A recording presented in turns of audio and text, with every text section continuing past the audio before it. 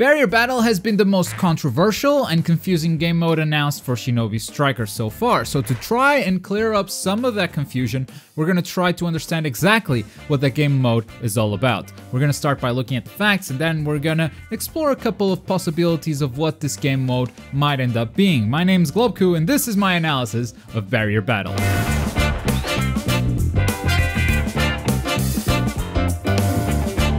Let's start with the basics. Barrier Battle is a 4v4 multiplayer game mode in Shinobi Striker. The game consists of capturing what's essentially a control point to bring down a barrier that surrounds a boss character. After the barrier comes down, you're free to attack the enemy boss. So far so good, but here's where the questions start. First question, is there only one boss in the entire map, or is there one boss for each team? Now, during the trailer, we have a couple of sentences that describe this game mode. The first sentence reads, "Battle between attack and defense forces." Now, this is obviously going to be subject to interpretation, but what I think it means is that there's a team who's attacking and another team who's defending, meaning there's only going to be one boss in the entire map. And since both teams are going to have different goals, they probably have to build and pick characters that are a bit more offensive or more defensive, depending on the role they're playing.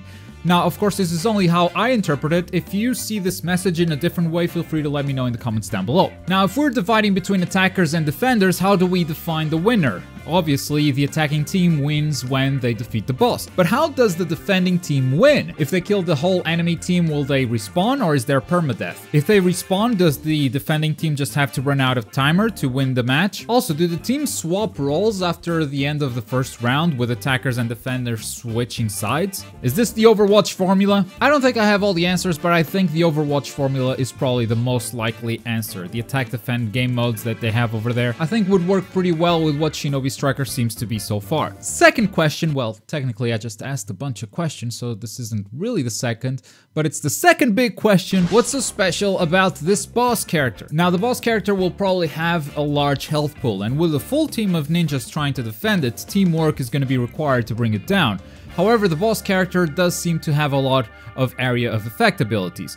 We can only see them for a couple of frames, but there's a big water explosion and a huge ground smash. As you can see, both of these attacks cover a huge area, so attacking mindlessly with a group is only going to get all the attackers damaged at the same time. And since the bosses seem to have unique abilities, I'm guessing which boss we have to attack is going to end up being a big deal. Maybe, unless the abilities are all the same, but instead of a water explosion, you get a sand explosion with the one-tailed beast. But anyway, my question number 3 is, who picks the boss? We only see Gamakichi in the footage on the trailer for this game mode, so we don't even know if multiple bosses will be available for Barrier Battle. Later in the trailer, we see a glimpse of other bosses while showcasing the missions, but during Barrier Battle, all we see is Gamakichi. But let's assume for a moment that he's not the only boss present in Barrier Battle.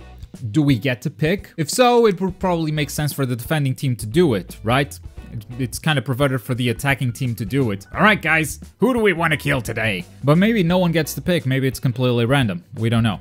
What I think is not the case for sure is that the boss is map specific. A lot of multiplayer games have specific bosses in specific maps, but if that was the case, I think we'd see the one-tailed beast here, and not Gamakichi, so I think we can safely rule that out. Moving onward to question number 4, before we even get to the boss, there's a whole bunch of stuff we don't know about the pillars that you have to capture to bring the barrier down. So first of all, let's talk about them. How many of them are there? The second sentence that shows up during the trailer reads, "Unlock the seal pile to defeat the enemy boss character." Okay, so first we have a name, it's called the seal pile, so let's stop calling them pillars, and the description says the seal pile, indicating that there's only one. So Barrier Battle seems to be a game mode that's mainly going to be played in 2 locations, first around the seal pile to capture it, and secondly around the boss to kill it.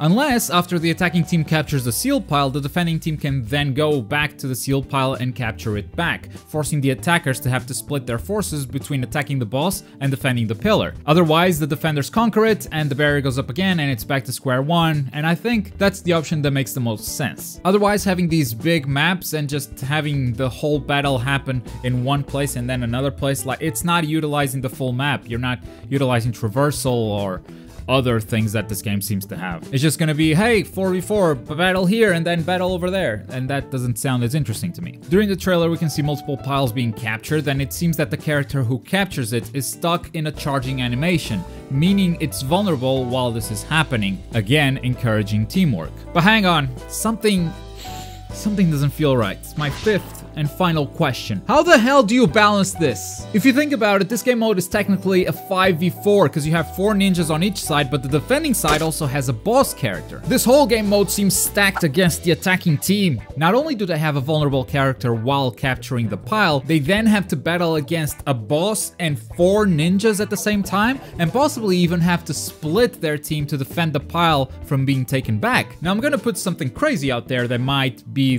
the answer, might be the balance to this game. This is a crazy hypothesis though, so don't shoot me, I know it's crazy. During this whole barrier battle clip, I haven't seen Sasuke at all. What if the player that was controlling Sasuke during barrier battle is actually controlling the boss? Maybe they can't leave the place because Gamachi doesn't look very mobile, but they can choose which abilities to attack with. This is kind of a crazy idea, but the game starts to look a bit more balanced like that. It wouldn't be too hard to capture the pile because it's a 4v3 battle, but then you have to split your forces, so taking the pile back is a more reasonable task. And it doesn't sound like it will make the attackers too powerful because the defenders still have a super powered player. Maybe it's not so crazy after all. I personally think the boss will be AI controlled, kinda like it works in Gigantic or Smite, but this would be an interesting idea and I guess it's not out of the table. The big downside would be, I guess it would be pretty boring to not be able to play while the barrier is up, because the boss is just encased in a big barrier.